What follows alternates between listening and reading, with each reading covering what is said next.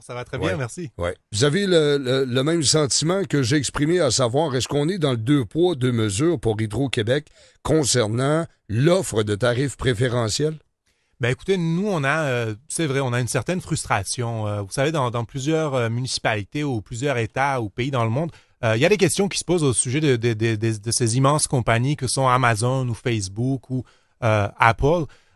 Et d'un certain traitement qu'ils peuvent avoir de pouvoir de négociation qu'ils ont. Dans le cas d'Amazon, ils ont inscrit récemment sur le Journal de Montréal 20 lobbyistes au registre des lobbyistes du Québec. Donc, ça fait beaucoup de lobbyistes, ça fait un gros pouvoir de négociation avec le gouvernement. Puis nous, on est une PME implantée ici au Québec, notamment à Farnham, Cowansville. On a notre centre décisionnel à Brossard, puis on a notre gros projet ici à Sherbrooke. Et on a l'impression que le traitement qu'on reçoit de la part du ministère de l'Énergie puis d'Hydro-Québec, c'est un traitement bien différent que celui qu'a reçu Amazon. Notre impression, c'est pratiquement que Amazon a reçu un chèque en blanc pour pouvoir s'installer à Varennes et que nous, c'est très difficile pour nous. Je vous donne un exemple très concret. Il y a un programme qui existe déjà. Nous, on ne demande pas à ce qu'on change les règlements, que les règlements, les programmes s'adaptent à nous. On veut appliquer un programme qui s'appelle le tarif de développement économique. Hydro-Québec vous donne un rabais de 20% qui est dégressif. Ça baisse de 5%, ça dure 6-7 ans jusqu'à ce que ça soit 0%. On aimerait beaucoup l'avoir, puis ça donnerait un coup de pouce à une PME ici au Québec comme nous qui doit dépenser plusieurs millions pour pouvoir s'installer en Estrie. Beaucoup de compagnies, certaines compagnies y ont droit. Amazon y a eu droit. C'est une énorme compagnie, l'homme le plus riche du monde, M. Bezos. Mais nous, on refuse de traiter notre dossier. On le refuse catégoriquement. On n'a personne à qui à parler à Hydro-Québec ou au ministère de l'Énergie. Attendez-moi là. Vous faites des demandes, exemple, de rencontres avec Hydro ou avec des gens en poste de décision, si on veut, et on vous refuse de vous rencontrer? Oui, c'est sûr que nous, on n'a pas 20 lobbyistes, contrairement à Amazon, qui sont inscrits au registre des lobbyistes, mais on aimerait, par exemple, parler du tarif de développement économique avec Hydro-Québec. C'est eux qui donnent le feu vert pour l'avoir. On estime remplir toutes les conditions pour avoir accès à ce rabais-là. On a eu déjà accès à ce rabais à Cowansville et Farnham. Vous l'avez déjà, là? On l'a déjà à Cowansville et Farnham, puis on aimerait l'avoir. Mais c'est bloqué pour Sherbrooke. Pour Sherbrooke, c'est bloqué, on n'a personne à qui parler. C'est en lien aussi quand même avec ce qu'Hydro nous avait mentionné, à dire qu'on doit soumettre à la Régie d'énergie pour faire une analyse concernant justement les tarifs pour les entreprises comme la vôtre. Oui, il y a un dossier qui est, quand vous consommez beaucoup d'énergie au Québec, à un moment donné, il faut que vous passiez à la Régie de l'énergie. C'est un tribunal indépendant. On est très à l'aise avec ça. On est allé faire des représentations à la Régie de l'énergie. Ils veulent faire un cadre pour les compagnies comme la nôtre ou les nouvelles compagnies de notre secteur qui voudraient venir s'installer ici. Mais dans le cas de nous, de Bitfarms, on est déjà installé sur plusieurs sites au Québec. On a un projet très précis. On a choisi nos sites ici en Estrie. On a parlé, on a signé une entente avec Hydro-Sherbrooke. On a fait ça de manière transparente, de bonne foi, puis on demande à avoir accès à un programme qui existe déjà, qui est déjà là. On ne demande pas à ce qu'on nous invente un nouveau programme. Ce programme-là existe déjà. On y a eu déjà droit pour Cowansville et Farnham, puis on aimerait ça, au moins pouvoir déposer notre dossier, avoir quelqu'un à qui parler. Parce qu'un géant comme Amazon, qui ont 20 lobbyistes à Québec, eux, ils y ont eu droit. Puis ils ont le pouvoir, c'est ça. Là. Puis ils sont donné le pouvoir également de faire pression et sur le gouvernement et assurément sur Hydro-Québec.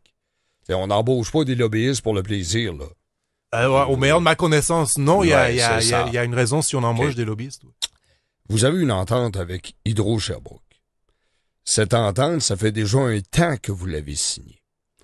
Elle est valide et elle le sera jusqu'à quand? Parce que là, tant il y a aussi longtemps que vous n'êtes pas en activité, cette entente-là tient à quoi? Je veux dire, oui, les signatures, mais est-ce qu'il y a une date butoir?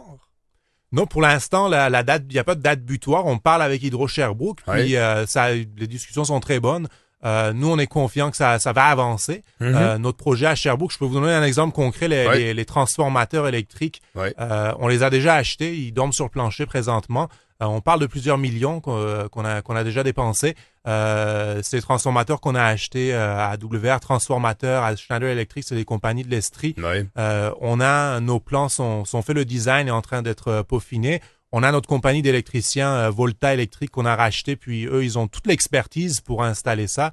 Donc, on est prêt. On a même acheté une bâtisse industrielle. Parce que vous seriez installé, là, s'il n'y avait pas cette attente avec Hydro-Québec pour finaliser sur le tarif, vous seriez déjà en installation, peut-être même en activité? Oui, je dirais qu'il y a des grandes chances qu'on serait déjà installé. Mais bon, maintenant, les choses sont comme elles sont. Il y a un dossier devant la Régie de l'énergie. Très bien. Les juges de la Régie de l'énergie vont prendre le temps d'analyser ça, de créer un cadre, mais au moins, on voudrait avoir accès au même programme qui existe déjà et que des géants comme Amazon ont déjà droit. Est-ce que vous savez quand la Régie doit se commettre? C'est des régisseurs comme des juges, donc ils peuvent prendre le temps nécessaire.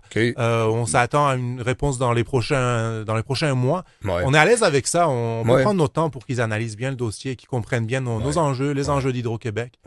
Mais c'est le 2 poids, 2 mesures là, qui semble vraiment faire la différence. Là. C'est ça, vous l'avez bien résumé. Là, quand on regarde une compagnie, un géant comme Amazon, nous on a une PME. Ils ont un tapis rouge, puis accès à bien plus de programmes pour les aider que nous. Puis on trouve ça assez injuste. Ailleurs dans le monde, il y a des discussions qui se font autour de ça, des décideurs qui disent est-ce que Amazon devrait avoir accès à tous les programmes, à avoir des aides, des rabais? Est-ce que c'est normal? Donc il y a une discussion. Au Québec, j'ai pas l'impression qu'elle a eu lieu, cette discussion-là. Puis on aimerait beaucoup en faire partie. Nous, on a une PME. La plupart des gens qui travaillent chez nous habitent soit en Montérégie, soit en Estrie. Puis on veut prendre l'expansion ici, on a de l'ambition, on continue nos projets, mais on veut être traité de la même manière qu'Amazon. Mais bon, on n'a pas 20 lobbyistes à Québec non plus. Rappelez-moi, combien d'emplois qui seraient créés? Sur le site de Sherbrooke, on crée environ 3 emplois par mégawatt. On a 100 mégawatts de disponibles. Donc entre 2,5 et 3 emplois par mégawatt. Qui serait écrit. Donc, je vous laisse faire le calcul. Puis ça peut changer aussi en fonction de l'efficacité des machines, parce que le but, c'est pas toujours avoir plus d'électricité pour plus consommer. Puis il y a un aspect recherche et développement qu'on veut faire. On a signé une première entente avec l'École de technologie supérieure à Montréal pour faire avancer la technologie de la chaîne de blocs. Avez-vous l'impression que la réputation de votre secteur d'activité, de par un peu ce qu'on a vu avec les données en bourse, tout ça, tu sais, le Bitcoin, puis avez-vous l'impression que ça joue dans ce que vous vivez, entre guillemets, présentement, dans cette absence de pourparlers avec Hydro-Québec? Oui, ça y joue parce que c'est un domaine émergent, puis on comprend que la Hydro-Québec, que la Régie de l'énergie veut mieux comprendre ce secteur-là, puis voir quelles compagnies sont sérieuses, quelles compagnies ont un plan d'affaires solide. Puis pour nous, on a fait vraiment de notre mieux pour avoir des discussions de manière transparente avec Hydro-Sherbrooke. On n'est pas venu s'installer en Estrie en disant surprise, on va miner le Bitcoin à côté de chez vous. Hydro-Sherbrooke le savait déjà. Puis ça a été très constructif. Puis je vous dirais que le but ultime pour nous, évidemment, c'est de brancher nos machines, d'embaucher des gens ici. Puis c'est gagnant-gagnant parce que l'électricité qu'on va consommer, c'est des surplus électriques. Hydro-Sherbrooke ne vont pas produire plus d'électricité pour nous, donc ça va aller directement dans ce qu'on va payer à Hydro-Sherbrooke, ça va aller directement dans la poche du payeur de taxes à Sherbrooke, ça va servir à rembourser la dette municipale. Si vous vous installez pas au Québec pour vos suites, pour votre développement, vous allez aller ailleurs. C'est pas aussi facile que ça. Oui, il y a d'autres endroits dans le monde où il y a de l'électricité propre à un tarif compétitif, mais nous, 95% des gens à Bitfarms, on habite au Québec, on est des gens d'ici. C'est ici que vous voulez développer. C'est ça le but. Ça ne tente pas de déménager ailleurs, mais oui, il y a d'autres opportunités. Évidemment, notre ambition, elle est on a une ambition qui est en dehors du Québec aussi. Là, on veut développer cette technologie-là. Badar Zabian, merci beaucoup d'être passé en studio et on suit ça de très près. D'ailleurs, à chaque fois qu'on parle d'Hydro-Québec sur nos ondes, on sait très bien qu'on va avoir une réplique de la Société d'État. Merci d'avoir été là. Merci beaucoup.